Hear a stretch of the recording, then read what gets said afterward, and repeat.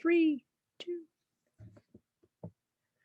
So good afternoon. Welcome back to our program on the Four Immeasurables. Appreciate the opportunity to be with you today. Let's see. So this morning we covered the first 1.5 of the Four Immeasurables.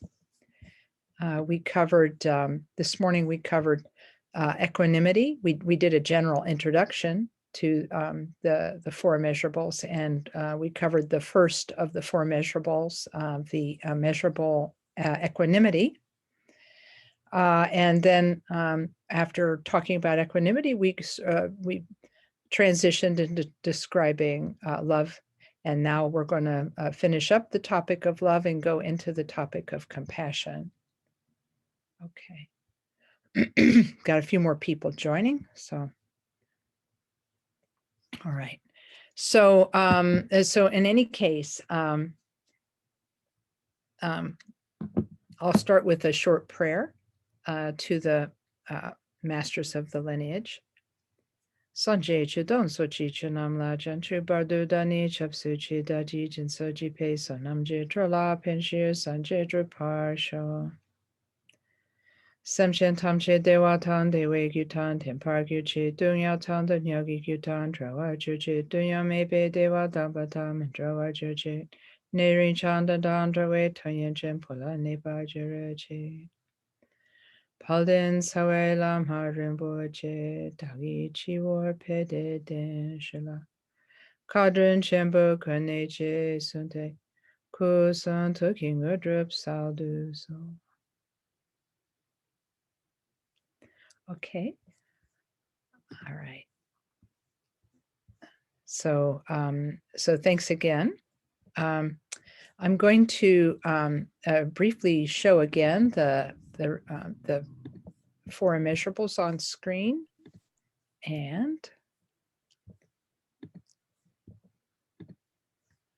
see if I can get Eric. I'm still learning how to use Zoom. May all beings be happy and have the causes of happiness. May all beings be free from suffering and the causes of suffering.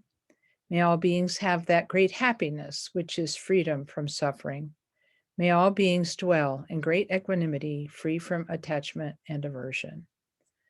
If you remember from this morning, the concept of immeasurability, what makes these immeasurable, what makes these boundless, what makes these limitless, is that they're connected to the Dharma, the teachings of the Buddha. The Buddha taught that the cause that all beings want happiness but have difficulty achieving happiness because this world of confusion, illusion, and impermanence is always changing. And that when we rely on external sources of happiness, that they generally disappoint us.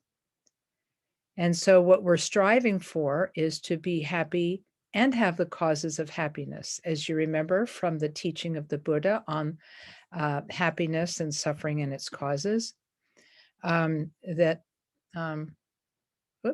hang on a second here, that the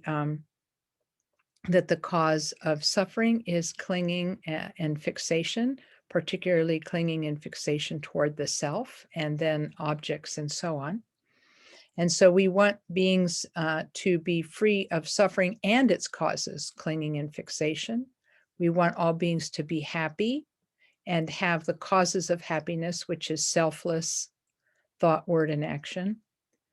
And so the first one is limitless love, because the Buddhist definition of love is that all beings be happy. The Buddhist definition of compassion is the second one, which is may they be free of suffering and the causes of suffering. And then limitless equanimity, may all beings have that great happiness, which is freedom from suffering. And that's the third immeasurable, which is immeasurable joy.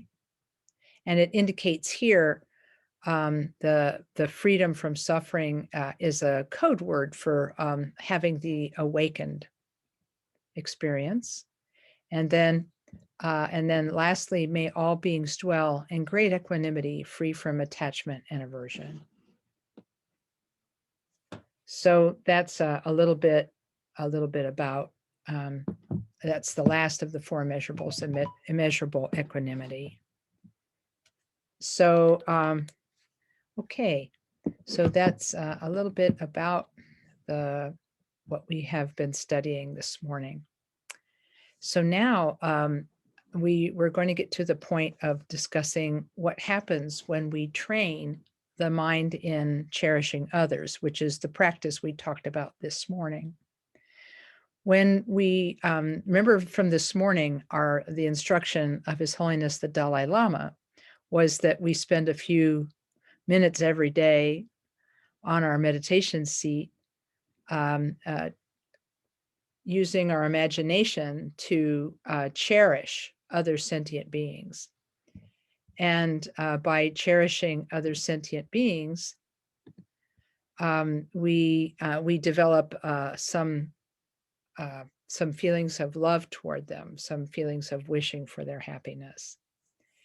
And so by doing this every day, we train our minds to have love, which is important because right now we have love maybe for the people we think are close to us or are useful to us, but we may not have love for all beings. We may have some people who are, I guess you could say, outside the fence of our love, people we disagree with, people who've harmed us, and so on. And so in this way, we have these people who are outside the fence of our love and compassion. And so we need to use our imagination to train ourselves to have the feeling of love for others. And we do have to train because it doesn't come naturally. Usually we only feel warmth toward people who we see as being similar to us or having similar beliefs and so on, but the other people are sort of other and outside. And we talked this morning briefly about the dangers of discrimination and how as human beings we're good at discriminating, which is why the species has survived for so long, but that we don't stop discriminating. And so we keep doing it even when it's unnecessary. And then that causes a great deal of pain and difficulty for us as individuals. So what we're trying to do with this training of cherishing others is we're trying to come to the place where we can really feel some sense of cherishing and love toward other beings. And it's going to be a little bit artificial at first when we do this exercise of cherishing. We're going to not really mean it. But there is nothing more worthwhile than training our mind to be more loving, because the secret that's behind all of this is that when we cultivate love toward others, we actually feel happier ourselves. We actually feel more contentment within ourselves and more blessing, I guess you could say, within ourselves. So in that way, training the mind in love by training in the cherishing of others doesn't necessarily help others as much as it helps us, and that we're more at peace and so on. But it does benefit others in the long run, because when we cherish others, we are less likely to harm them. And so that takes us to the topic of compassion, because compassion is the third of the four immeasurables. We've talked about equanimity and love, but then there's also compassion. And as you noted in this morning's talk, we talked about compassion as the wish for beings to be free of suffering.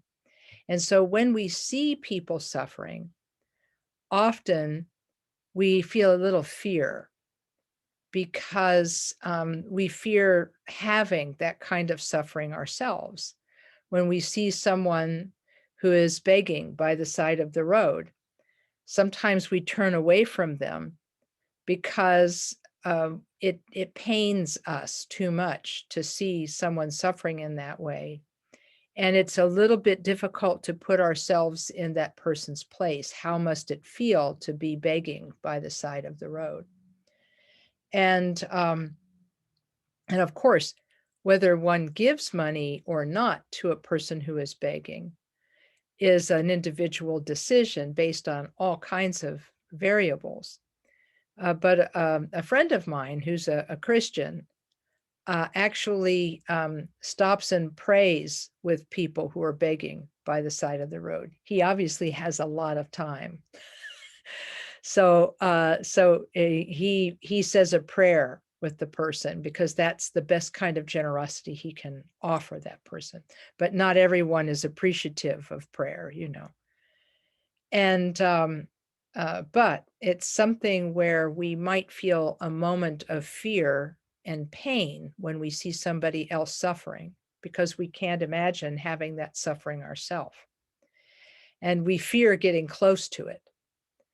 But if we can gradually overcome the fear of being with a person in pain, it can help us to have more compassion for ourselves as well as for other people. And so we also can use our imaginations when we meditate on compassion. And just as in the morning session, we talked about extending love and cherishing feelings toward others, you can also use your imagination to imagine that you are feeling and removing the suffering of others. And again, this is just using your imagination, because we don't truly possess the capacity, according to the teachings of the Buddha, we don't truly possess the capacity to remove the suffering from another person.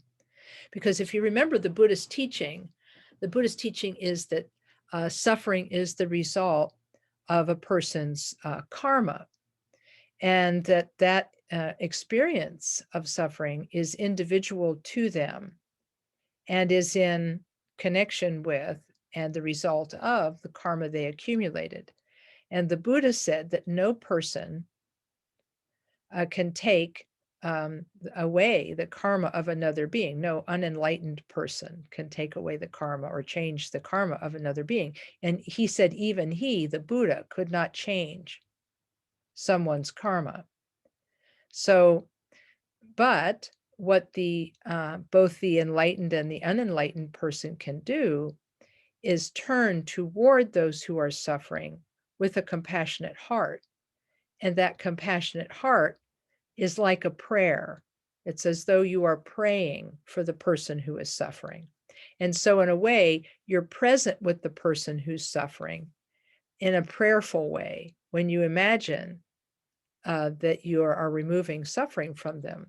And so the meditation on compassion consists of both sending love to sentient beings and removing and imagining, using your imagination to imagine that you're removing their suffering.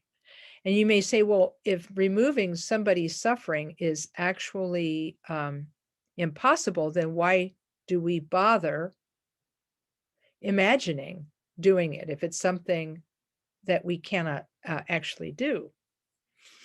And one of my teachers answered that question by saying, when we train in sending love, we increase our capacity for love. And when we train and imagine removing suffering from others, we train in the attitude and wish of wanting to remove the suffering from others. So in other words, by training to give love and by training to remove suffering, we're training our attitude to be disposed toward beings in a loving and compassionate way. In a loving way, we want to give them happiness. In a compassionate way, we want to remove their suffering. So right now, it helps us to overcome the fear that we feel. Meditating like this and using our imaginations like this helps us to overcome the fear of another person's suffering. Because as I say, when you see the beggar by the side of the road, you imagine that that could be you, and it causes a reaction of fear and sadness. And sometimes that makes us turn away. But if we train with our imagination in giving love and removing suffering, then we will be a little bit less afraid, just a tiny bit less afraid, and therefore a little more capable of actually connecting to the person and being of benefit. Now, we can't benefit every being we meet. It's right now we're not enlightened beings, so we don't know how to benefit the beings we meet. And since we don't know how to benefit the beings we meet because we don't have enlightenment and don't know their situations and thoughts, we have to work with what we can actually see. And what we can actually see is their suffering. So if we can work with that and assuage or comfort that suffering, even just a little bit, will be more effective, and we will connect ourselves to them. And so this is the function behind doing compassion meditation. So in compassion meditation, we can use our breath. The cherishing meditation we taught this morning only involves our intention. We intend and send love. Imagine that we send love to others and that we cherish others. We use our imagination to imagine sending love to them. But in the compassion practice, we use our breath as the medium, and we put an intention on the breath as it goes out and comes in. And in this way, it's called sending and receiving. The name of this compassion meditation is sending and receiving. The Tibetan word for this is Tonglen.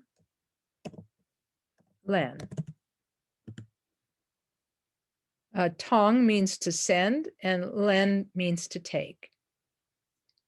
And so if we can practice this meditation, then we train our mind to be compassionate and to be present with someone who's suffering. So, for example, the method and technique of doing Tonglen is to sit in meditation and think that in front of us are all the beings of the world, that they're arrayed out in front of us like a great crowd. And as we breathe out, we make the wish and send out the intention that all of our goodness benefits them. And sometimes this is done by imagining that light goes to them, or you can just send love and goodness to the other people. Then when you breathe in, you think you remove from them all of their negativity and all of their difficulty. And you imagine that it comes to you as a way of practicing compassion, like, oh, I feel great compassion for your suffering here. Let me take that for you. Very much like a mother or father would want to take away the suffering of their child. And so if we think about it, all sentient beings in some past lifetime have been our parents or our children. And by thinking of that, we can send goodness and love to all of them and practice compassion by removing their suffering. Now, with our imagination, when that suffering comes to us, we can imagine that that suffering meets our pure intention. And that's the way Khenpo Karthar Rinpoche explains Tonglen in his book. Khenpo Karthar Rinpoche wrote a wonderful book called Dharma Paths. And in Dharma Paths, he describes how to do Tonglen. And this is how he describes it. He said, you imagine that your goodness leaves you on the out breath and it goes to all beings, kind of like he said, sunshine, that sunshine goes across an entire landscape when the sun comes up in the morning and the sun spills out. that's how your love spills out over all beings. And then when you breathe in and remove their suffering, he said, when it comes to you, it meets your pure intention, because you have a pure intention to practice love and compassion. So he said, when that suffering comes to you, you imagine that suffering dissolves into nothing and disappears. He says it's as though you gathered a small pile of dust in your hand and a wind blew it away. And so he said, in this way, you imagine giving love on the out breath and imagine removing suffering on the in breath. And then the suffering meets your pure intention, dissolves into nothing, and disappears. And so by doing this just for a few minutes every day, Khenpo Rinpoche said that he said the meditation should be short. And I can see why, because it's a little bit difficult to coordinate sending love and removing suffering. It's a little bit difficult to coordinate, but if you stick with it, then over time you get used to it and you become adept at it. So much so that when you are in your daily life and you see someone who is suffering, your first instinct might be to turn away from that person, but then you realize that you could actually just breathe. Just keep breathing and imagine on the out breath you give them goodness, and on the in breath you remove their suffering. Even if you just do this once, it still helps to dissolve the fear that we have of suffering, because a lot of what's difficult about being with someone who's suffering is our own fear of suffering. And we're afraid that like a disease, if we get too close to a suffering person, we'll catch it, you know? So what if we use Tonglen compassion practice to, I guess these days, disease and vaccination are something that people are talking about with the coronavirus. So I guess you could talk about it as though it were like a disease. If we're afraid of the suffering of disease, then we give ourselves a vaccination by imagining that we remove the suffering from others over and over again. And if we do this meditation, once again, for just 5 minutes or maybe 3 minutes or 2 minutes every day, we will slowly and gradually train ourselves to work with suffering in a different way, because really that's what Tonglen is all about. It's about changing our relationship to suffering, because right now we tend to push it away. But what if we just were able to witness it and be present with it instead of running from it? Now, these results will not happen overnight.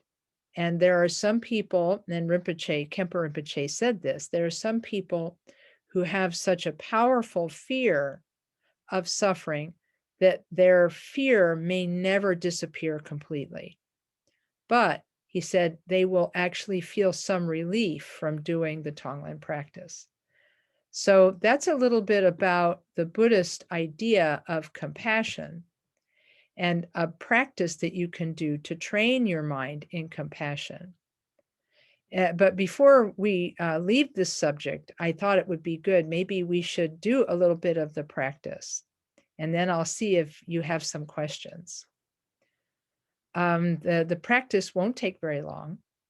And I have my gong, so I'm all set to meditate. We'll start by placing our body in the posture of meditation. If we're sitting on the floor, we're sitting with our legs crossed and or kneeling on our kneeling bench. And if we're sitting in a chair, our feet are flat on the floor, about hip width apart. In either case, our hands are palm downward on the legs. And our chin can be tucked in. Eyes can be either closed lightly or cast downward, gazing. Not staring, but gazing. And if it's not uncomfortable for you, you can touch the tip of the tongue to the roof of your mouth behind your front teeth, and that relaxes the muscles of your face.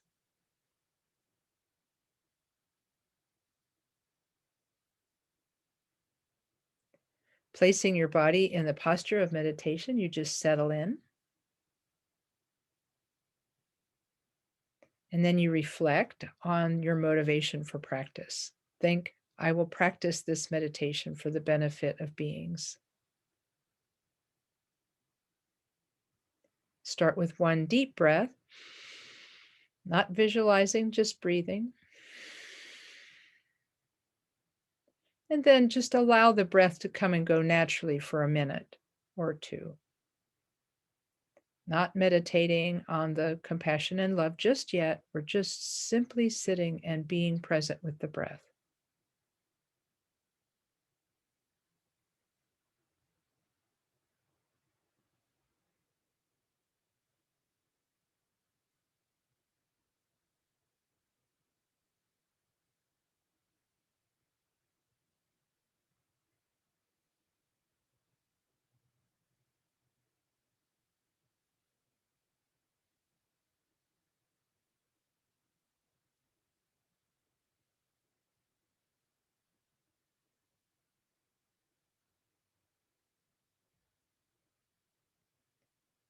Now we'll take a step toward doing the Tonglen meditation. We'll imagine that all sentient beings are present in front of us. You can see them as a crowd, or you can see them wherever they are, all over the world. Think as you breathe out that you send goodness to all of them. And like sunlight, it touches them and makes them happy.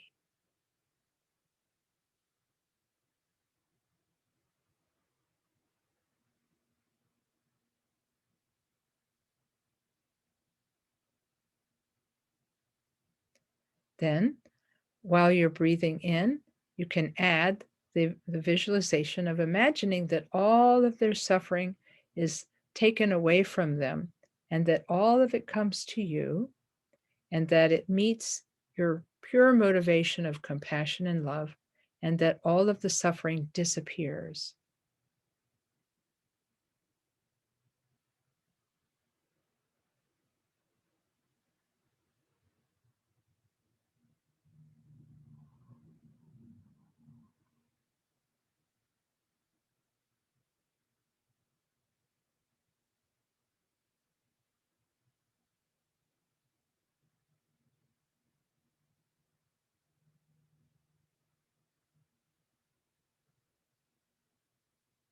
With the out breath, send goodness, and then with the in breath, remove suffering.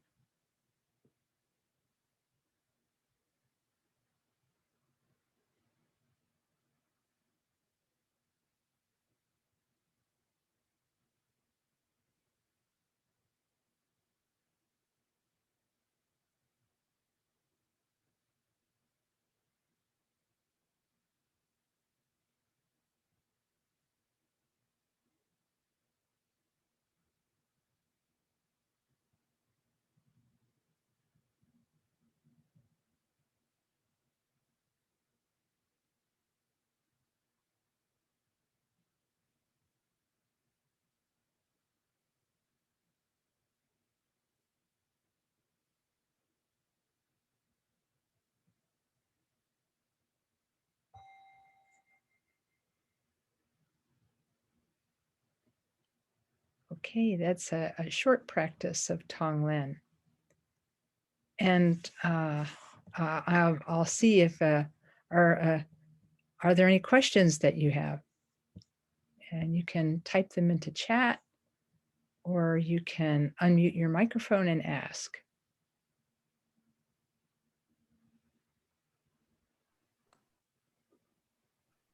Yeah, if anybody has a question, you can unmute your microphone and ask. Go ahead.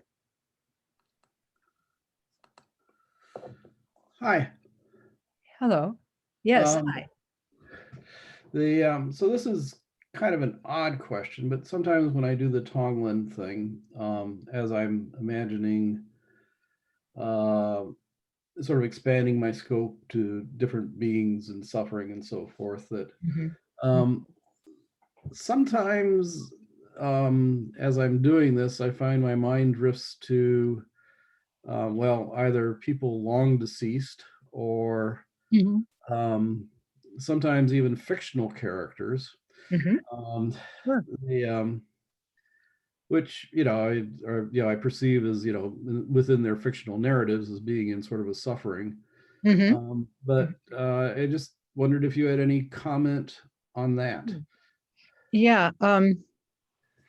Khenpo Karthar Rinpoche said that he didn't talk about fictional characters, but um, he did talk about people who have long died years ago. And he said there's no problem in doing that, in imagining that they're present and that you're benefiting them with the out breath and removing suffering. And he said, because the function of the people and the beings who you imagine, the function is to awaken your own compassionate response. And so he says, because you are limited right now because you're an unenlightened being, there's not very much you can actually do to help beings, and you can't remove their suffering. But he said, it's not completely without benefit for the beings that are the objects of your practice. He said, we can't fool ourselves into thinking, oh, well, I'm benefiting people by doing this, because I'm mostly just benefiting myself. However, he said, because interdependence is true, and the Buddha taught that everything and everybody is interconnected. And because everything and everybody are interconnected, then when we do something, it has an impact on others. And so because of interdependence, he said, it's impossible for us to say what kind of benefit, but there is some benefit. He said, in my mind, he said, I like to think that it is the same kind of benefit as though you had prayed for them. So it's like you're dedicating goodness to them. Now, how this would work with fictional people, I'm not 100% sure. But here's an interesting story. Many of you are familiar with the books of Chogyam Trungpa Rinpoche, the master who lived in the late 20th century. He used in Tonglen practice a memory of a being. He said he remembered seeing a dog being tortured when he was just a child, and children did that, children did that in his village. They were torturing an animal, and that's a terrible thing. But he said all he had to do was bring up a memory of that animal, and just the memory of that animal helped him to feel compassion. And so I'm just going to say, I can't say whether it's good or bad to use a fictional character as your compassion motivator, but I can't see direct harm. But if you only ever use fictional people, then that's probably a little bit of a fixation, creating a certain kind of fixation. It's probably not healthy. Does that help a little bit, Jeff? Yeah. Let's see what I'm still on. Okay, yes. Yeah, and it's not so much, like the particular individual, but it's often just the situation that's being described in the fictional narrative and the suffering around it that, kind of makes me, it sort of either resonates with me, or I can kind of see that's, Oh, yeah. so yeah, it's let's see, it's not my exclusive focus. It's just something that every now and then happens that, as I kind of go through the sort of my hit parade of sufferers, every now and then something that I read about comes up, and I sort of think about that. That's all. Sure. And this is why I think it's useful to do Tonglen for a short period of time more than once in a session than it is to go too far, try to extend it for a long time, because then you run out of people to think of. Mhm. But But Rinpoche didn't give a period of time for it, but he said basically is if you do it too long, then you start to overthink the whole thing. Uh-huh. You're not with the immediacy of giving love and removing suffering.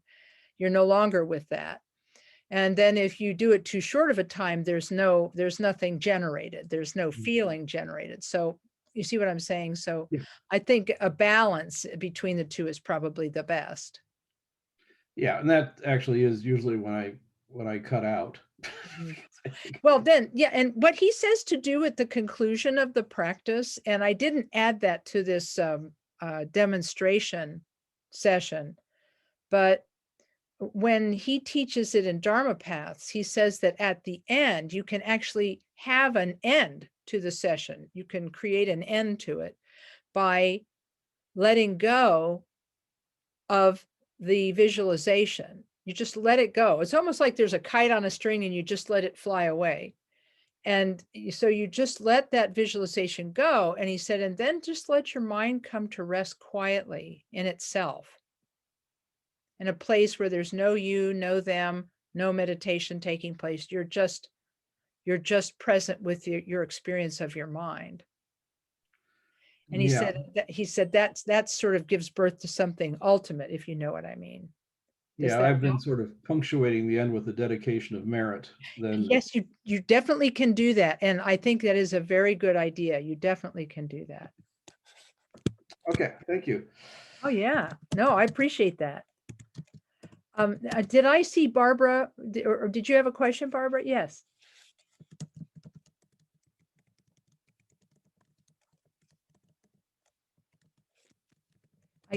You might have to unmute yourself, Barbara, because we can't hear your question. Yeah. Can you hear me now? Yeah. Yeah, you sort of answered my question a little bit when you answered Jeff.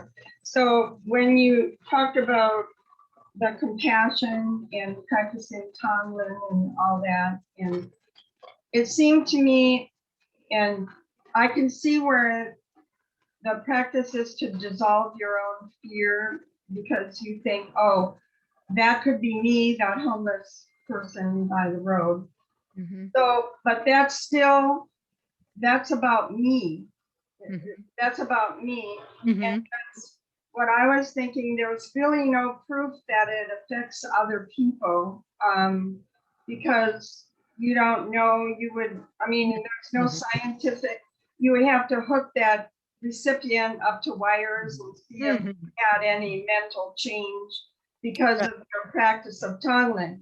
But then you mentioned interdependence, the idea of interdependence. Mm-hmm. And Yeah. that answers it somewhat, but still, I don't know, I've always never really, I've always been kind of dubious about Tonglen, Yeah. what its efficacy. Yeah. No, I get it. And here's the thing. It's like anything else we do. In that when we repeat any thought, word, or action over and over again, it creates a new habit in our mind. It's almost like it wears a new groove in our mind. Okay. So if we say, well, I want scientific proof that Tonglen is useful, or I'm not going to do it, we're actually not accepting the possibility that the Tonglen could actually be helping us. You see, we have to recognize that we're a sentient being too, and we can benefit ourselves. You see what I'm saying? By losing the otherness of other people, because this is part of why I think Tonglen is kind of important for our era and our time, because we're always busy othering other people and saying, oh, well, those people, they're no good, or those people, they're bad. But what if instead of putting ourselves apart from other and building walls between ourselves and others, what if we just imagined that we had the kind of love that would fill the universe? And what if we imagined that we had the kind of compassion that would do it? And I have a lot of friends who are in, I myself am in therapy, and I know other people in therapy. I also know people who are in recovery, and they have a saying in the recovery tradition, the 12-step tradition. They say, fake it till you make it. So the idea is that if you act as if a change has taken place in you, that gradually that change will take place. And as far as science is concerned, my good friend, Dr. Julie Brzezinski-Lewis, who teaches at the University of West Virginia, she studied my brain at the University of Wisconsin at Madison a few years ago. This was before she started her studies on the effects of altruism education on the minds and brains of individuals. But there is a response that happens in the brain of the individual who is generating feelings of altruism through Tonglen or other means. And so there is a measurable scientific response for us as individuals. And so, but even if there's no measurable difference that's in the brain, that's only nice. That's only like a nice add-on. We know that we form habits by repeating things over and over again, and habits of thinking are no different. And so instead of othering people and making them distant from us, what Tonglen does is it brings them closer and more immediately to us. Does that help? Yes, it does. Awesome. Yeah, I was thinking it only helped me, but I can see what you're saying now about othering others. Yeah, and that can gradually, I mean, not immediately, but gradually change how we think about other people, how we act and speak toward other people, and how we think, act, and speak toward ourselves. Because we all know that when we other people, what we're doing is that we're rejecting a part that might be ourselves. We're dampening our humanity. You see what I'm saying? And so anything that we can do that connects people is got to be to the good. So thank you for that question. Thank you. Oh yeah. Let's see, there's a question in the chat. Can you explain more about karma? I had a friend who said she thought her chronic pancreatitis was caused by her karma in this life, but that when she realized the cause wasn't necessarily karma, she felt free. You know, I think that karma is a very complicated subject. And there are a couple of books that are really helpful. And one of the ones that helped me the most is this book. I don't have it right here, but I'm going to type the title in.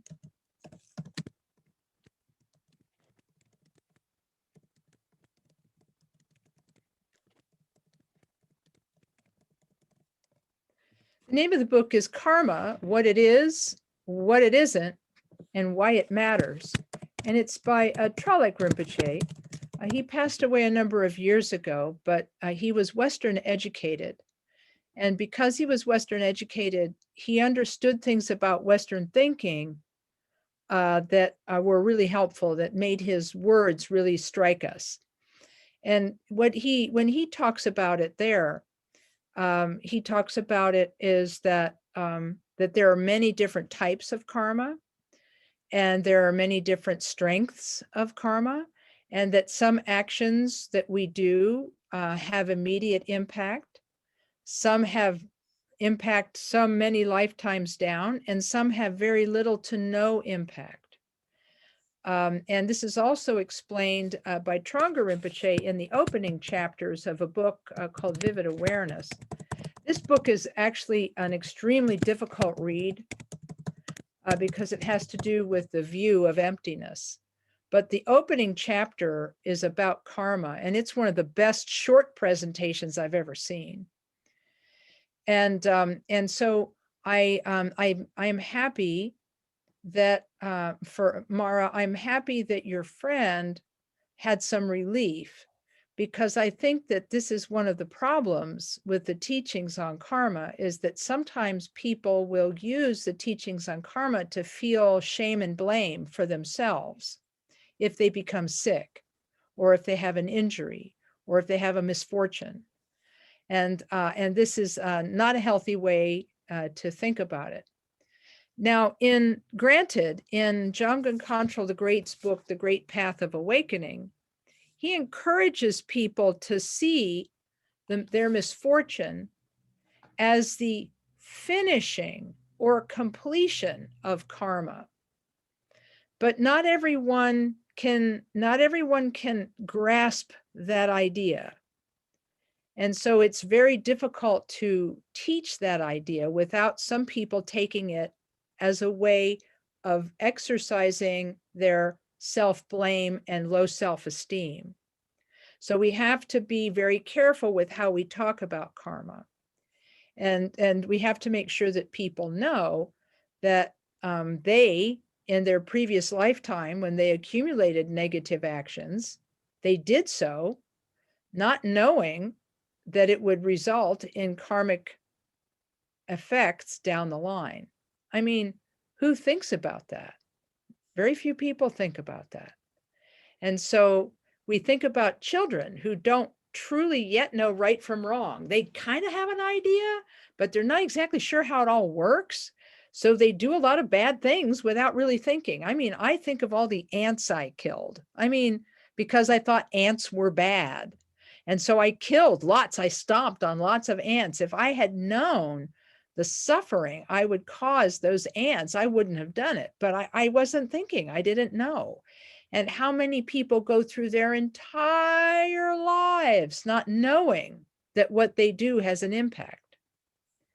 So I can't help but have compassion for that person I was in a previous life who did something negative that I'm now experiencing the consequence of. All I can feel is compassion for them. So until a person can get to that place psychologically, where they can see karma as the completion of a negative action, well, that negative action is now gone. It has come to fruition. I don't ever have to think about it ever again.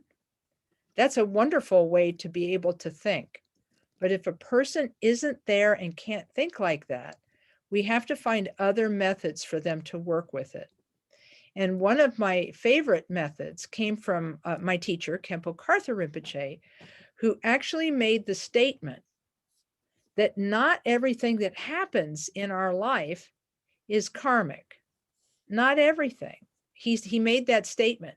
And you could hear the people gasping in the audience. Oh, really? Not everything that happens to us is our karma? Oh no. But he said that a lot of the things that happen are just, he used this word, adventitious. Adventitious. It's just the coming together of causes and conditions, the sudden arising of conditions. I use the adventitious means this sudden arising of conditions that bring about an effect.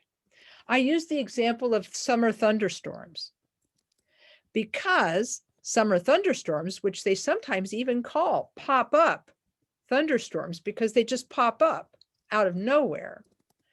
It comes from the earth being unevenly heated by the sun and moisture in the earth rising to form clouds. And then if the right kind of air systems collide with one another, then there's thunder and lightning. And so this coming together of conditions brings about an effect. And so that's what he was getting at. However, he said, suffering that we experience is still coming from our karma. And I tried to kind of take these two things apart. I said, so Rinpoche, you're saying that me stepping off the curb and being struck by a bicycle in the bike lane that may not have been my karma, but my embarrassment and my, I'm not looking both ways, my embarrassment and shame and the pain from that sprained ankle I got, that was my karma. And he said, yeah, that's how it works. These things happen, and it's just the fact that the suffering you experience is the karma, but not the incident itself. And he went on to talk about this in that the example is given of a person. Everybody has known someone with a terrible misfortune, that suffered terrible misfortune. Someone they love died, maybe, or maybe they lost their job or whatever, or maybe they got a terrible disease, but their suffering wasn't as great as one might think it would be. Then that is evidence that the suffering part of it is the karma, not the happening. I don't know if that makes, does that clear to people, or is that, Mar, did that help a little bit with your question? Yes, it's fascinating, and it makes me want to learn more. And Sue has said she can lend me the books. Great. That Yeah. is very, very helpful. Thank you. Okay. I know it's kind of like opening Pandora's box to open the topic of karma, especially when I'm not a scholar. I don't have all of those teachings committed to memory, but I've read some of these great commentaries, and the commentaries make so much sense that I can share what I learned from the commentaries, but I haven't studied the source material enough to be able to be a scholar on it myself. But I can answer stuff I've heard before. I'm just relieved that it isn't just this simple cause and effect. Yeah. As a concept, I'm relieved that it's more complex than that, and I look forward to learning more. That's great. I know in Tonglen Rinpoche's presentation, he talks about actions that are really bad. He says there's the intention we have in doing them, and then there's the action itself. And then he said there's the strength, small, medium, and large. In other words, you can have just a mild intention and a really bad action, or you can have a really strong intention and a really mild action. And all of these different variables go into what the impact is of that down the line. But I always do like to talk about my instant karma. I'll get you in a minute, Sally. I like to tell my instant karma story. I have an instant karma story. It doesn't have to do with me, but it had to do with somebody I knew. When I worked in an office years ago, there was a woman in the office who was a real gossip, and she wanted to know everybody's business. And that was her strength, and her power was knowing all the gossip about everybody. But she was terrified. She was terrified that everybody was gossiping about her. We didn't care that much, but she was terrified of it. And so in a way, that was instant karma, in that she spent all her time gossiping, and that was the world she created, and that was the world she lived in. And so that was her fear. Her greatest fear was that people were gossiping about her. So there you go. Let's see, Sally, your question? Well, it goes back a little ways, but it's something I kind of have thought about. So in your example of the bike lane, the stepping out, I guess the part that I always wonder, and it doesn't apply to you necessarily, but stepping out into a bike lane might be someone, not you, someone who's their brain is in another place. They might be careless, all of that. How does that relate to karma? I mean, a lifetime of daydreaming and not paying attention. I got to tell you, I'm really actually glad you asked this question, because Trungpa Rinpoche talked about this in one of his teachings. And he said that when we lack mindfulness, when we are unmindful, he said stuff happens. And he said, and so this is why mindfulness is such an important skill to develop, because when you're unmindful, anything can happen. You can walk into traffic, you can do, and so this is why I think that people who are mindful, this is a joke, okay, they might live like maybe 5 seconds longer than the person who is not mindful, but the person who is not mindful and is not heedful of how they hurt others or how they hurt themselves, they're really giving themselves a lifetime and more of negativity, by being unmindful.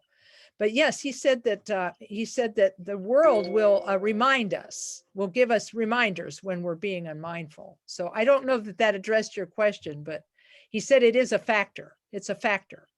It's not the whole thing, but it's a factor. And then I see another question in chat. Do people possess immutable qualities like kindness? I'm not 100% sure I understand your question, but let me answer what I think your question is. Every human being has a mind, and that mind has what is called Buddha nature. And so that Buddha nature that we have possesses all of the qualities that we associate with the Buddha. At least there are 5 and sometimes 6 types of wisdom, and was it unconditional compassion, unconditional love, unconditional kindness. Our Buddha nature possesses all of these characteristics. But right now, for us, the Buddha nature is only a potential. It is not something we have brought to not perfection, but to ripening. We haven't ripened our Buddha nature. It's still there under the surface and hasn't been really developed. But all of those are there, yes. All of those qualities are within us. Are there other questions? Oh, okay. Yeah, thanks, Sally. I appreciate your question. I have time for one more, and then I see we're probably going to have to take a break, and then we can talk about joy in the last part of our program. Any other question? I have one. Go for it. Thank you. Just to follow up with what you just said. So it's potential, and then by the practices, the teachings, the meditation, then we are developing it. Is that correct? Yeah, I think the word I like to think of that we're cultivating. Cultivating. We're cultivating the qualities. And that when we gain wisdom, that allows the qualities to manifest. It's like they're there, and you don't have to, like dig for them.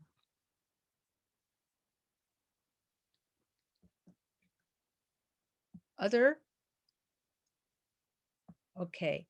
Well, then we'll take a short break of about 5 minutes. And so we'll come back at about 8 minutes past the hour. And I'll turn off my electronics and pause the recording, and we'll see you in a bit. Okay, yeah. And I'll go ahead and mute the microphones as well. Thank you. Okay, so yes, so we're back. So we've discussed 3 of the 4 immeasurables. We've talked about equanimity, which leads us to empathy and love, wishing for the happiness of others. And that leads us to compassion, wishing for beings to be free from suffering. And now we're going to talk about joy. And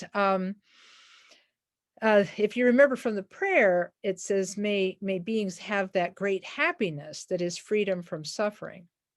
And so if you think about the 4 immeasurables as being a method of training, we're training our minds into thinking differently. We're training our minds into thinking about equanimity, that all beings are the same and that we all want happiness, but we all do negative actions and get a lot of suffering. That creates that understanding of equanimity creates an understanding of love and compassion. It gives birth to love and compassion, which we then can train in. We can train in love through the cherishing practice of His Holiness the Dalai Lama. We can train in compassion with the Tonglen instruction. And so we can train our minds in love, and we can train our minds in compassion.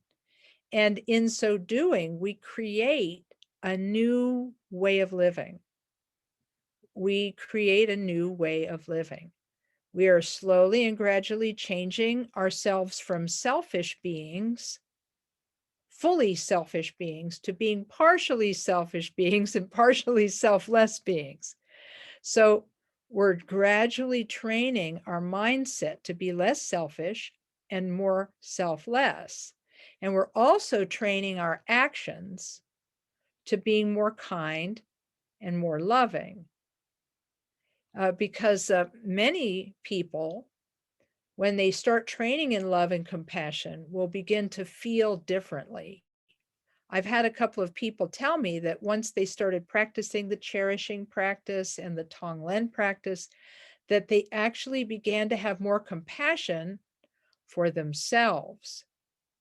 And they actually began to worry less about what other people think, what other people say, and what other people do.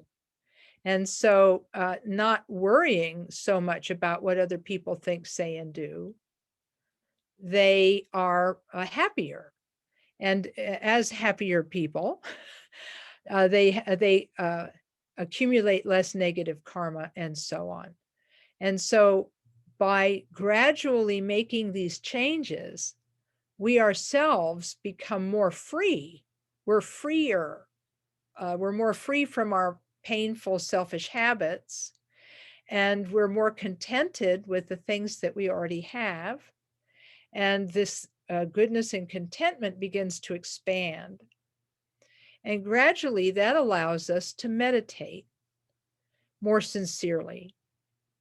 I don't know about you, but in my own personal experience, when I started meditating, it was a form of self-improvement.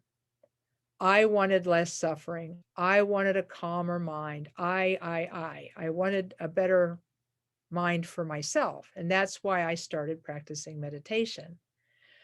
But after I began to practice for a while, I began to relax. My mind began to relax, and I began to feel more at ease, even in difficult situations. Now I still have a diagnosis of anxiety, so I'm probably always going to be an anxious person. But how I experience that anxiety has changed over the years. There are some things that used to make me terribly anxious that I don't get quite as anxious about now, and so on. So even though that's probably going to be with me in some way, shape, or form forever, that I'm going to feel better, even if my condition doesn't change. And so what this does is it allows my mind to be a little more at peace. And when we begin to feel this way, we are a little more at peace, which allows us to meditate better. At first, better meditation means that you guys might be familiar with, I shared during my last teaching for Athens, I shared the 9 stages of shamatha, the diagram with the elephant and all of that. And I also shared Khenpo Karthar Rinpoche's simplified diagram of the 4 stages of shamatha. The rushing waterfall, which is the first stage of shamatha, where you have a lot of thoughts and they're rushing. And then the second stage of shamatha, where your thoughts slow down a bit, but there's still quite a few of them. And so it's like a rolling river. Third stage of shamatha, which is like a lake or an ocean with waves in it. And then the 4th stage of shamatha, which is like a windless, waveless ocean that's still. Well, whichever of these 4 stages of shamatha we are at, we can actually begin to see improvement in our quiet sitting meditation as we practice love and as we practice compassion. Our minds are more at ease. when we're not meditating. Therefore, when we are meditating, our minds are more capable of following the techniques. We're more capable of letting go of thoughts that arise when we meditate. We're more capable of returning our attention to the breath. We're more motivated to practice, and so on. And what this allows is that this allows our shamatha to improve. And as our shamatha improves, we might actually experience moments of insight, flashes of vipassana. Vipassana means insight and or higher seeing. And what will our higher seeing pick up that we're not seeing now? It will begin to see that our mind is more than just our thoughts. And our mind is more than just our feelings and emotions, that there's actually an essence there that is without stain and is without complication. And what we can do as we practice shamatha is that we'll begin to be able to use the mind itself as the object for our meditation. We'll be able to do meditations such as the meditation, a 4-part meditation on mind, on ultimate bodhicitta that's in this book, The Great Path of Awakening. There's a 4-part meditation in here where Jamgon Khantrul teaches us how to reflect on the limitless nature of mind. We're asked to reflect on the mind as having no color, no shape, no location, no beginning, no end, and so on. And by thinking about the mind this way, we might be prompted to experience mind as an open awareness. And this open awareness then becomes the new basis for meditation, where we just allow our mind to rest in awareness of its present moment.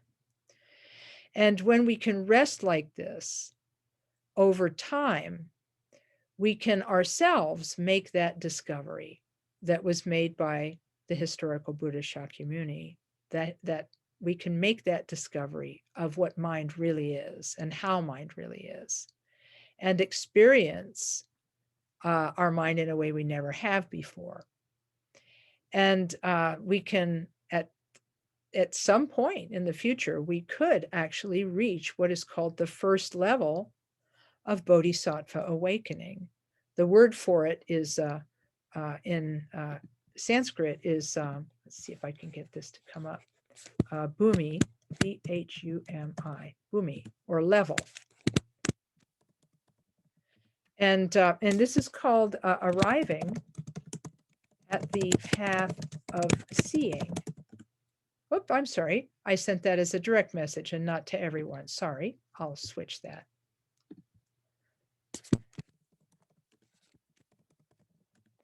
Those of you who are familiar with the teachings about Mahayana Buddhism will know that there are 5 paths of the Mahayana. And Khenpo Karthar Rinpoche talks about this in his book, Dharma Paths. And the first one is called the Path of Accumulation. We're accumulating teachings. We're accumulating meditation instructions.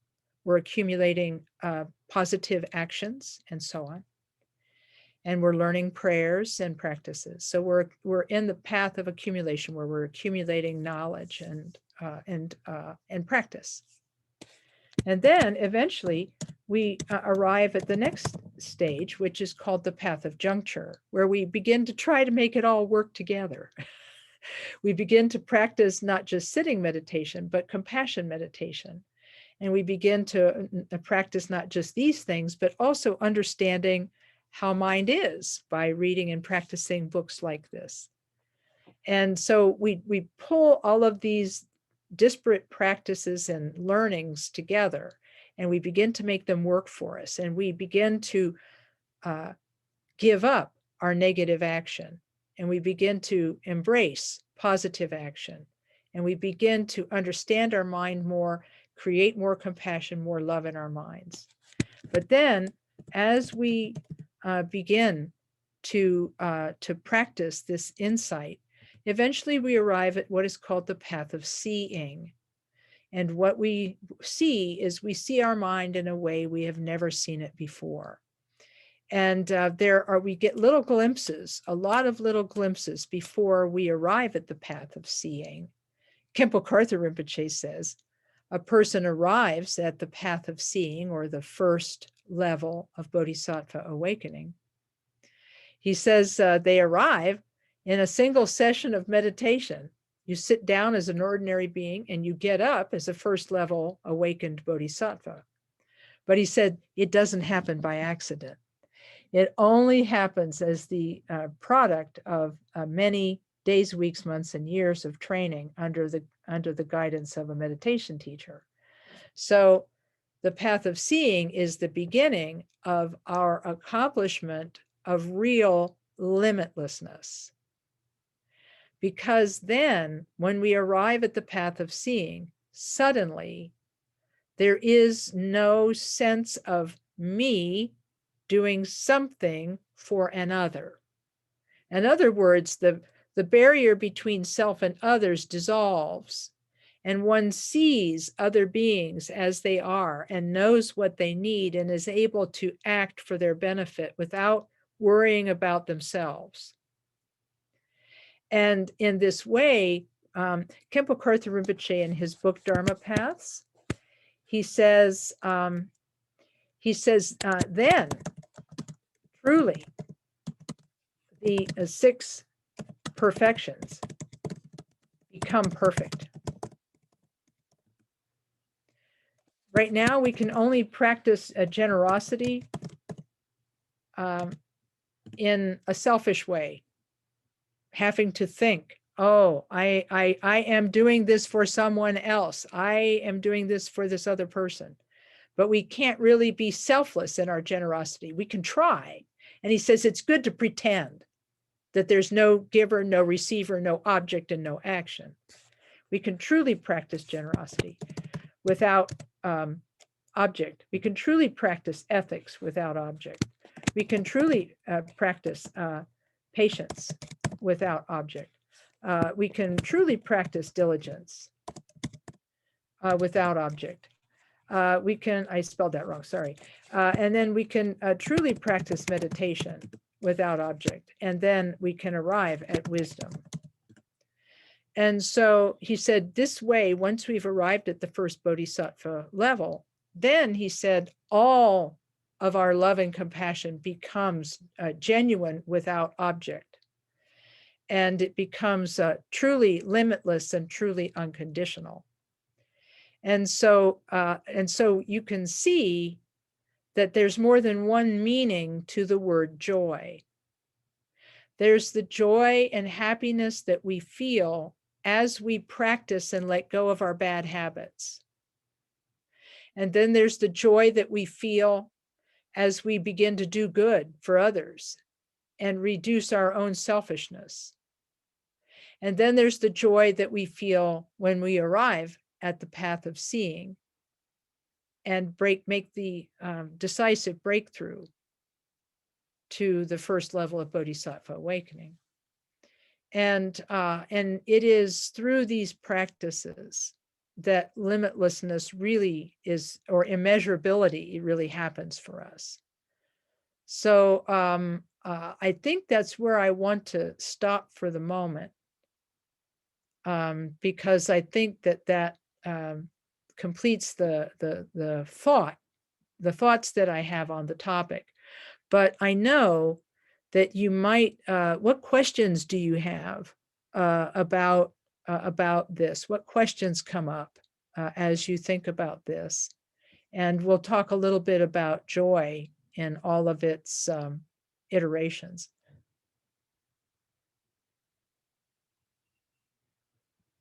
Any thoughts?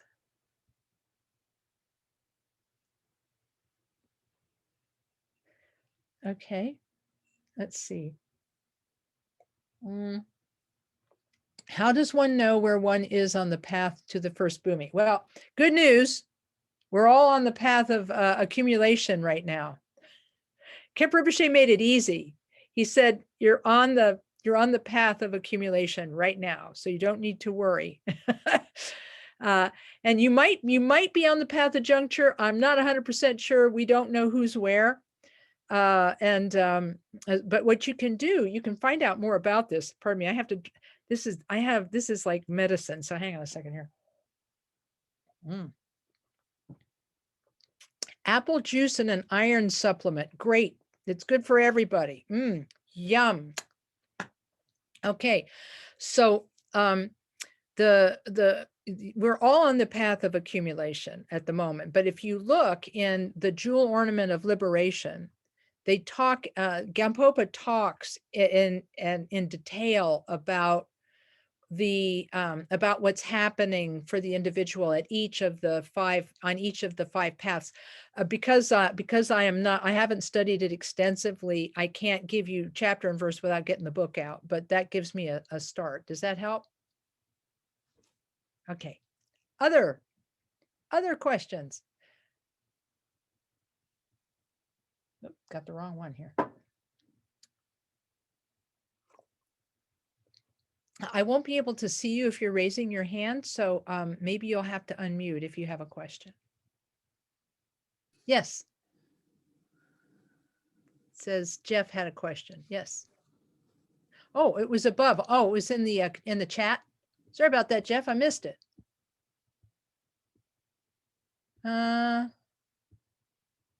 Oh gosh, sorry. Yeah. Oh, that was a question for the end. I wanted you to make sure you had time for joy. That sounded more fun.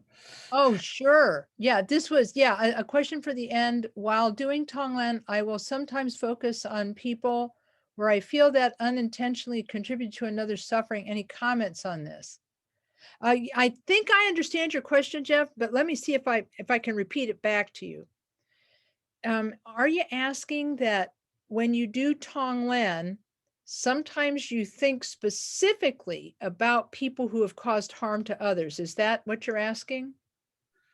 More specifically, just, like I realized that sometimes in my past, I have not intentionally, but not treated people as well as I might have. And, and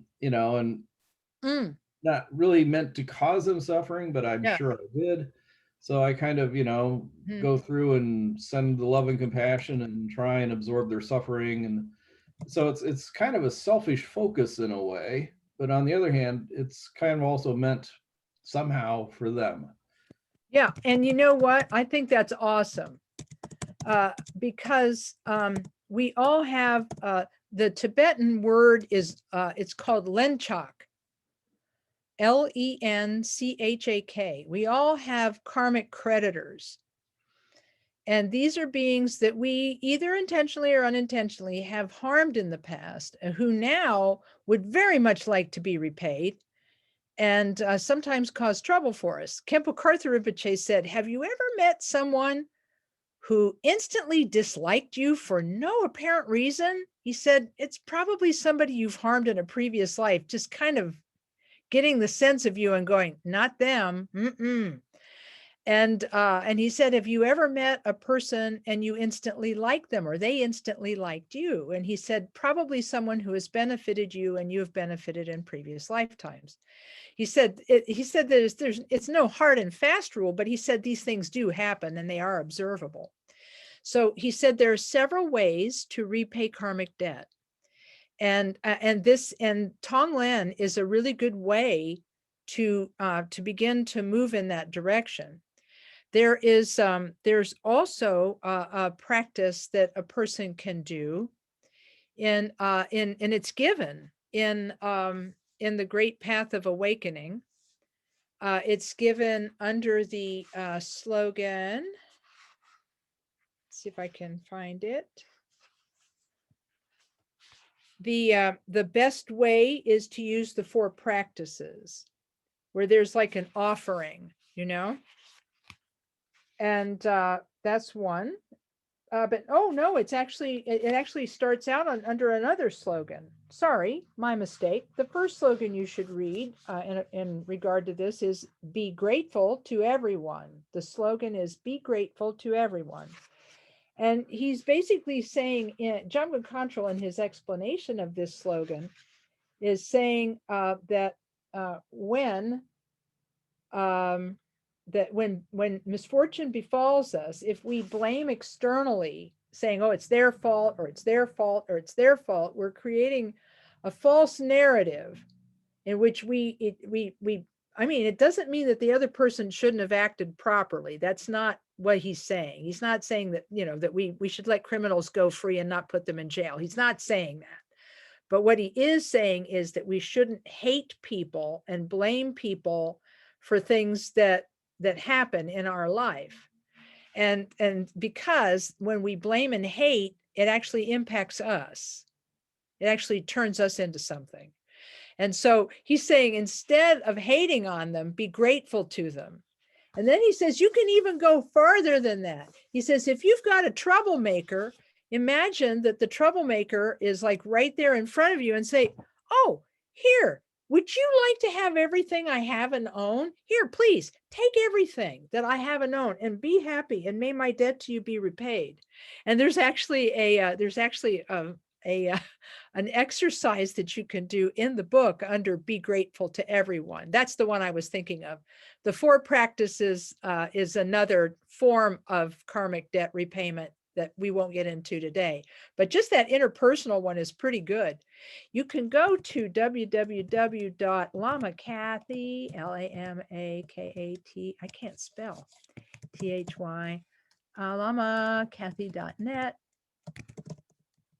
And there's an exercise there that was given by a version of this that was given by Khenpo Karthar Rinpoche. It's called Tonglen for difficult situations. When you feel that someone is unfairly treating you and so on, where you imagine that the person is right there in front of you, and you imagine that you give them everything you have and own, you give them your merit, you give them everything and say, may you be happy. And then you dedicate the goodness of the practice to them. Now, you don't really lose your stuff. It's not gone. You still, when the meditation's over, you still have everything. But the idea is that turning toward that person and making an offering is good. But if you don't have time for all of that, Tonglen is also great. So I think it's fine to do Tonglen for those folks as well. So thank you for thinking of that, and thank you for asking. Did you have any other part of the question that I didn't catch? No, that was pretty much it. Thank you. Okay, no, I appreciate it. Yeah, okay, very good. Let's see. I've got a question from Sherry. What are the definitions? What's the definition of joy in the 4 Immeasurables? Would you explain the 3 spheres? I'm still having difficulty understanding. Oh, okay, yeah, no problem. Yeah, so let me see if I missed something. Now, did I miss anything else that was above this? Oh, about the image. Oh yeah, people ask questions about the image that I showed during the break. Oh yeah, the statue image. Okay, very good. So that's yeah, okay, very good. Yeah, I'll get to that later on. Let's see. Okay, so now we're at the definition of joy. So the way I see joy is that joy happens for us as a result of practicing love and compassion. I think that's the basic thing I'm trying to say, is that we have a relative form of joy that arises in our life when we practice equanimity, when we practice love, and when we practice compassion. There's a joy that comes from that because our burden is lighter. We don't have as many things dragging us down, so we actually feel happier. And we are doing less negative karmic action and more positive karmic action, so we naturally feel happiness. Khenpo Karthar Rinpoche, in one of his teachings, said that when we deeply implant the wish may I be of benefit to all beings. He said, I sent that as a direct message rather than to everyone. Let me see if I can fix that. Here we go. If we implant that wish, may I be of benefit to all beings, and we refresh it frequently during the day, then this, he said, will lead to, he called it a momentum of goodness. He said it will begin a momentum of goodness that he said will eventually pervade your entire life. He says it will eventually become self-sustaining. And so I'm thinking for Sherry's question that to me, that is the sort of relative joy, is the happiness that comes from cultivating love, compassion, and equanimity. That's sort of a relative joy, a worldly joy. And then there's the sort of beyond the world, the joy that is beyond the world, which is what happens when, because our karma is improving and our contentedness is improving, and we come into the contact with teachers and get teachings, that we can then begin to meditate and our shamatha gets better. And then when our shamatha gets better, we begin to have flashes of insight into the nature of mind, and then can meditate and eventually realize this first bhumi of bodhisattva awakening, which to me would be the ultimate joy. Khenpo Rinpoche says that when a person arrives at the path of seeing, he said there are two feelings that arise for such a person. And one of them is a boundless joy, and the other is an intense compassion for everyone who doesn't see what you have just seen. You have this, he said, you're overwhelmed by unbearable compassion for everyone who has not seen what you see. So I hope that helps. Did that do it for your question? Oh, excellent. All right. Now I think we can segue into general questions. And I did promise that I would answer questions for the remainder of the time, and we've got another 10 minutes together. So I'll stop maybe 2 minutes before the end, and we can do some meditation together. But otherwise, I'm open for business on questions on this or any other topic. May I ask a question? This ties into where we left off at the break. Mhm. Talked about cultivating the Buddha qualities, and you mentioned wisdom. Mm-hmm. Just, this fine tuning that I'm doing with this, the merit of the practices and doing the meditation, that we cultivate wisdom. Is that, in other words, where does wisdom come from and what is it? Mm-hmm. Okay. Yeah. If we look at the 6 perfect virtues, generosity, generosity, ethics, patience, diligence, meditation, and wisdom. Wisdom is the last one. And so wisdom arises from having been generous and ethical and patient and diligent and meditating, so that's where wisdom comes from. Wisdom comes from practicing bodhicitta, because you could say that bodhicitta, this love and compassion, can find its activity in being generous, being ethical, being patient, being diligent in your practice, and meditating well. And that all of those first 5 perfections then give rise to wisdom, which is the ultimate bodhicitta, which is the knowledge and the realization of the true nature of things. And so in this book, The Great Path of Awakening, at the beginning, Jamgon Khantrul says, there is no way, and he means it, no way to attain Buddhahood other than through practicing the 2 kinds of bodhicitta: relative bodhicitta, which is love and compassion, and ultimate bodhicitta, which is, he defines it as resting evenly in a non-discursive state, free of conceptual elaborations. This kind of meditation that is free from concepts. And again, we won't be able to practice this ultimate bodhicitta for a while. And in fact, in the book, he says, true ultimate bodhicitta will not arise in the course of experience of beginners, but relative bodhicitta, love and compassion, will arise if we train in it. And with the realization of relative bodhicitta, ultimate bodhicitta will be realized naturally. And so wisdom, to answer the question based on the teachings I've gotten from Khenpo Rinpoche, wisdom is the sixth of the six perfect virtues. It is the product of the previous five.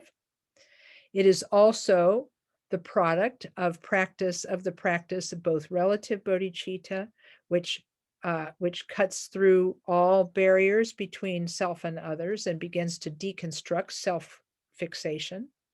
I mean, when you lack self-fixation, when you've practiced selflessness to this extent that you truly feel for other beings, Khenpo Rinpoche said you can attain wisdom simply through practicing true love and compassion. He said you can actually attain Buddhahood just by practicing love and compassion. But you also, if you have the techniques and the capacity to meditate on mind, then you can learn how to do that as well, and that will help speed things along. So you can practice relative bodhicitta, love and compassion, or ultimate bodhicitta, that resting the mind evenly in this non-discursive state that is free from concepts. But that takes time, and it takes guidance from a master to be able to accomplish. But that's okay, we have time. And in the meantime, we get to practice all of these things that bring us joy in the current life. So I don't know, did that help? Yes, that answered it. Thank you. Oh, sure. And then now here's a person who is asking about finding a teacher. As all of the older Tibetan masters pass away, what are we to do and where are we to look? Is it necessary? There are two ways to look at this. We will have in our life what are called branch teachers, and we will have root teachers. The branch teachers are the ones who tutor us.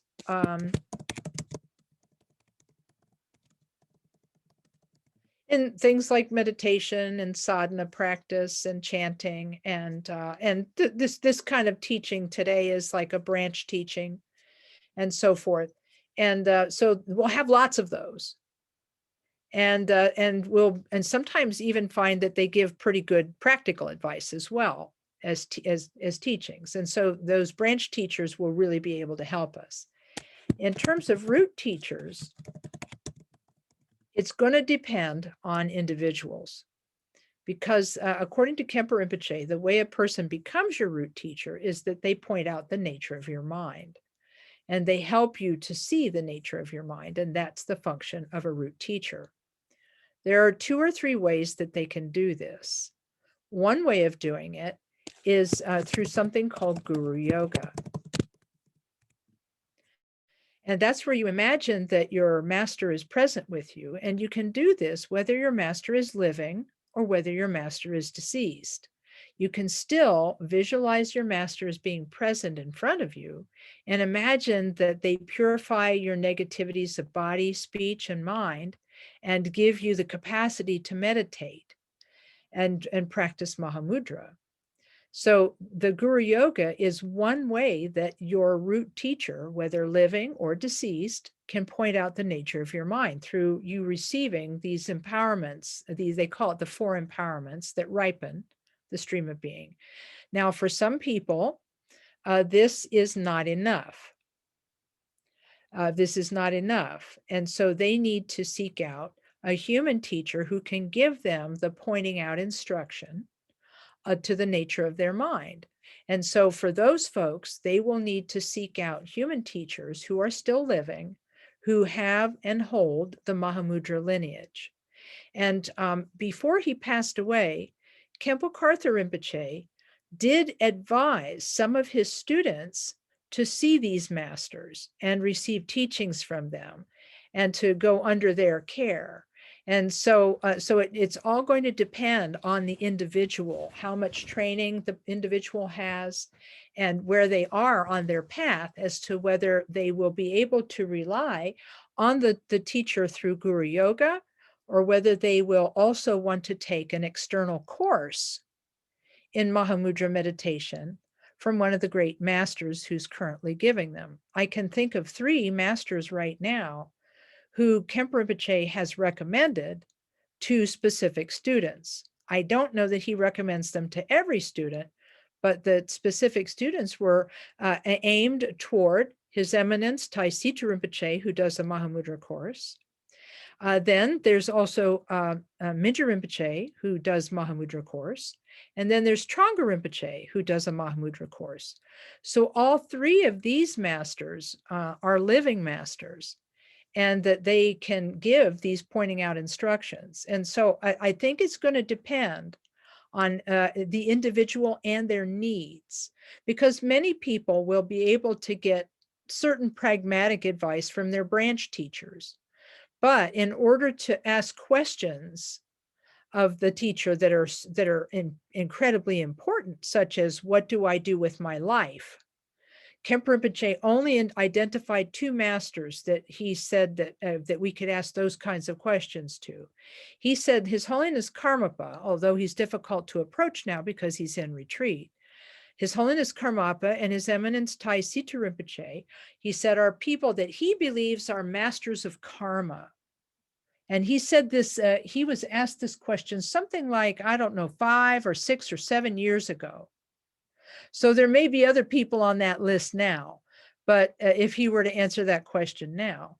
But then he said there are only 2 people he would trust with asking the question, what do I do with the rest of my life? And then you could trust their answer, and so on. So I don't know if this answers your question or if it begins to answer your question, but that's what I know about it. Did that help? Okay, yeah. And in addition, there's on lamakathy.net, there's an article. There's an article on lamakathy.net that is about finding a teacher, and it's based on advice I got from some of my teachers. So other questions you might have?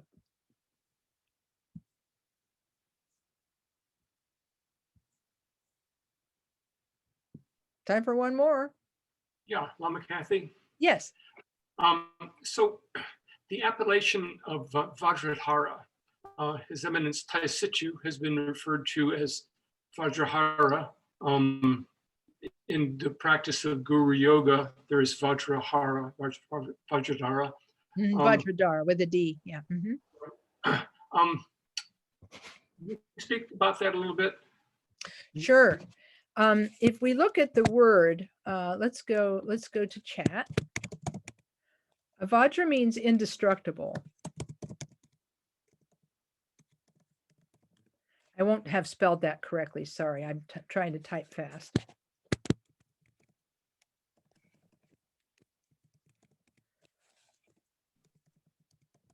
So the Dara means holder. So Vajradhara means the holder of the Vajra, or the holder of the indestructible truth. And so when we think about the image that we're going to be putting in the Columbus KTC, the central image is going to be the image of Vajradhara, which is kind of how this conversation got started. And Khenpo Rinpoche never explained his reason, leaving it to us, I guess, as a bit of a riddle as to why he chose that image for our central image. And my speculation, which is worth about 25 cents, but my speculation is that part of the reason for this is that the founder of the Mahamudra lineage was the Buddha Vajradhara, and that the role of Vajradhara in our own training in Mahamudra is that the root teacher who points out the nature of our mind, will be Vajradhara for us. And I'll explain what I mean by that. If we go back in history and look at the history of the Mahamudra lineage, the first human Mahamudra lineage master was Tilopa. This great Indian master received teachings from more than 100 human teachers. And he eventually, through his deep meditation, attained this awakening. He attained this level of awakening. And upon arriving at this first bhumi of awakening, he had a vision of the Buddha Shakyamuni, who appeared to him as the Buddha Vajradhara. Vajradhara is the color of blue, which is symbolic of the sky. And the sky is symbolic of the nature of mind, which is empty and yet clear, like the sky is empty and clear. So this blue colored Buddha holding a bell in the left hand and a vajra in the right hand with his hands crossed across his chest. In other words, because he's sitting cross-legged and he's holding his hands that are crossed, he's like a human vajra. He looks like a human vajra. And so the idea of the Buddha appearing to him in this way is symbolic of the power of his teaching. The word vajra also can be translated as a diamond, because only a diamond can cut a diamond. Therefore, only the mind can see the mind. So only the mind can cut through mind's delusion to see its nature. And so the practices of Mahamudra are taught to us by our master. Just as the Buddha Vajradhara pointed out the nature of Tilopa's mind and gave him the instructions on what became known as Mahamudra, he gave him direct instructions. Vajradhara, the Buddha appeared to Tilopa as Vajradhara and gave him direct instructions on how to practice Mahamudra quickly and easily.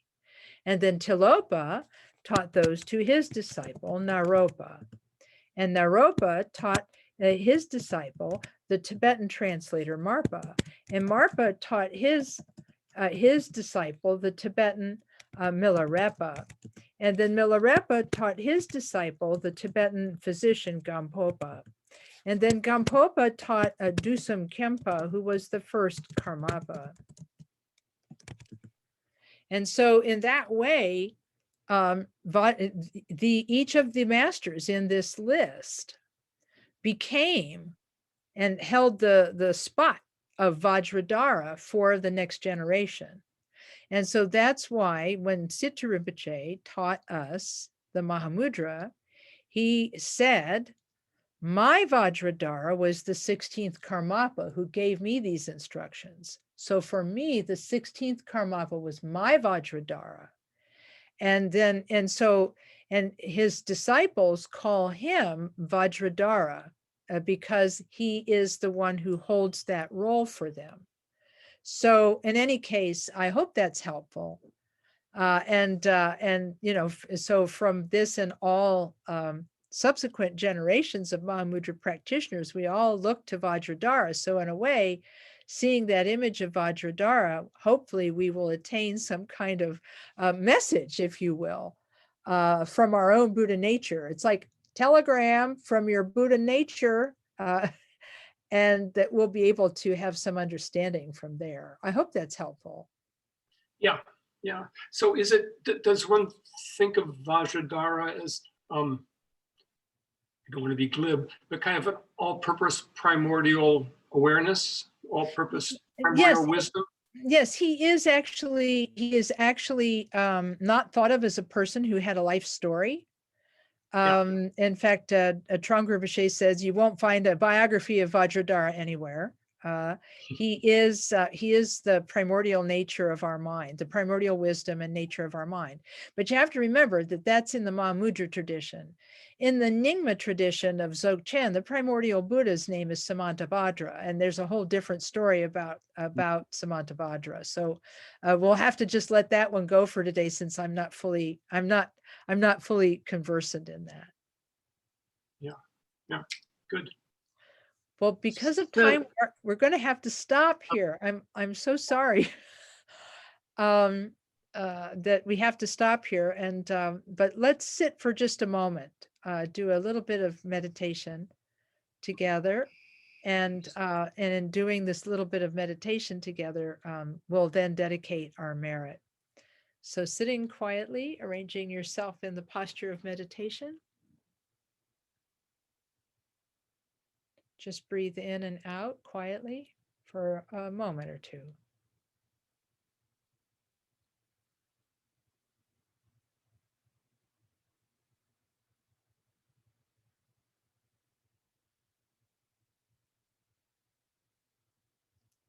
And then let's gather together all the goodness of this session and dedicate it to all sentient beings, making the aspiration that all beings are free from suffering, come to happiness, and then to Buddhahood. And coming to Buddhahood, they emanate in all directions and benefit sentient beings. I'll recite the short prayer in English. Through this merit, may all achieve the omniscience of Buddhahood. May it defeat our common enemy, wrongdoing, from the stormy waves of birth, old age, sickness, and death. From the ocean of samsara, may we free all beings. May we free all beings. May we free all beings. Okay, thank you to all the friends from the Athens Karma Tiksum Choling and everywhere else who joined us today. Thank you so much, Lama Kathy. This was wonderful.